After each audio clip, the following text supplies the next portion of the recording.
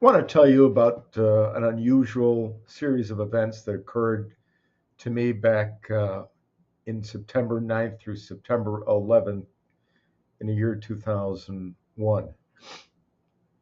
On the 9th, which was a Sunday, I was speaking in Sacramento, California with one of the Medjugorje seers, Maria Pavlovich. And in my talk, I don't know why, but something made me keep saying, fire is going to fall, fire is going to fall, America has gone too far, fire is going to fall.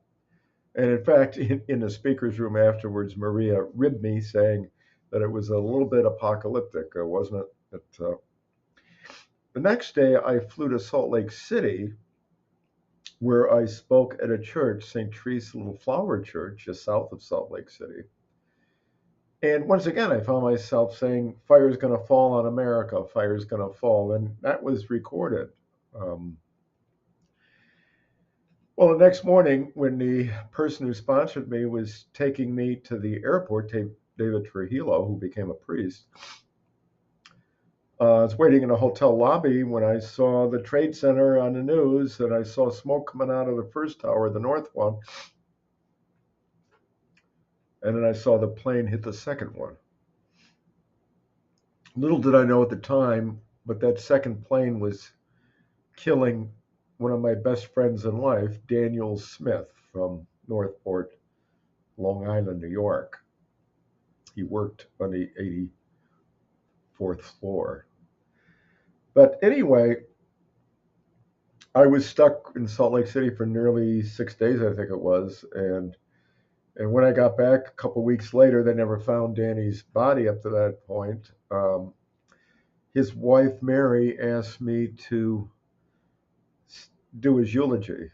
So I drove, at the time I was living in Albany, New York, I drove from Albany to out to Northport, Long Island. And as I was crossing the Triborough Bridge in New York City, I looked out over the skyline of Manhattan.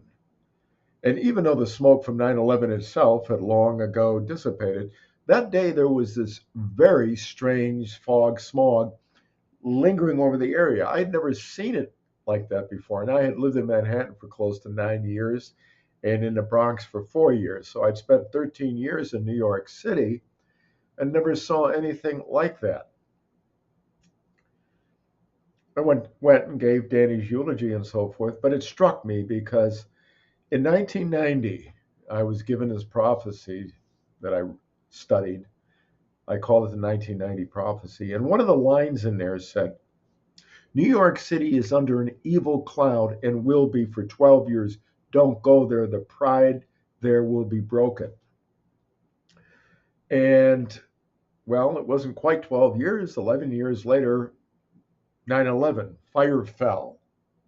And the pride there was broken because if you watch CNN that day or whatever station you were watching, Fox News, when they were interviewing people on the street, New Yorkers, they kept lamenting about the collapse of the World Trade Center, saying they were our pride.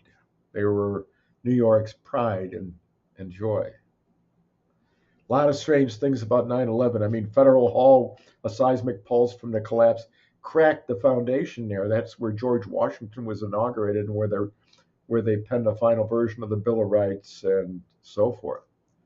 I remember also reading afterwards about how at Ground Zero, a professional photographer was trying to take a picture of this mysterious stranger who was behind the police barricades, and he was playing a horn, a dirge, a lamenting dirge. When his photographer, professional photographer, went to snap the picture, his shutter kept jamming. Same thing happened with a couple other people. They were trying to take a picture of this mysterious stranger. The horn he was playing was a trumpet. Kind of reminds us of the mysterious strangers that are probably angels and of the archangel Gabriel. Was was he blowing a trumpet for New York? Was he blowing his trumpet for America?